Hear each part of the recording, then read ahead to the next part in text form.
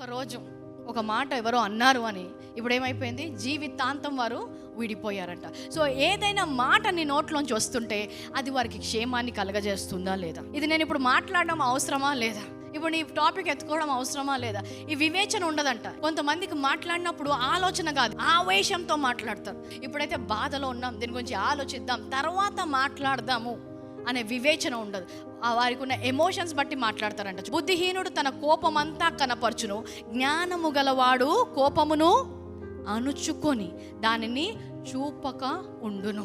ఒక మాట ద్వారా ఈరోజు సంబంధాలు కూలిపోతున్నాయి. ఒక మాట ద్వారా కుటుంబాలు కూలిపోతున్నాయి. నీ మాటలు నిన్ను కాపాడుతాయి, నీ మాటలు నీ క్షేమాభివృద్ధినిస్తాయి. నీ మాటలు ఎవరితో ఎప్పుడు ఎలాగ మాట్లాడాలో నేర్చుకోవాలి, నాలుకను సాధువు చేసుకోవాలి.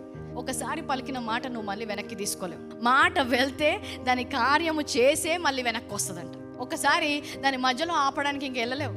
ఆ మాట వెళ్ళిపోయిందంటే వెళ్ళిపోయింది, ఆ కార్యము చేసుకుంటుంది. కాబట్టి మాటలో అంత శక్తి ఉంది. కాబట్టి ఆలోచించాలి, వివేచించాలి. నేనేం మాట్లాడుతున్నాను, నా గురించి నేనేం మాట్లాడుతున్నాను, నా శరీరం గురించి నేనేం మాట్లాడుతున్నాను, నా భవిష్యత్తు గురించి నేనేం మాట్లాడుతున్నాను, నీ యొక్క వివాహం గురించి నువ్వేం మాట్లాడవు, నీ భార్య గురించి ఏం మాట్లాడవు, నీ భర్త గురించి ఏం మాట్లాడవు, నీ సంబంధాల గురించి ఏం మాట్లాడవు. ఆ మాటల యొక్క నోటి ఫలము మీరు అనుభవించడం.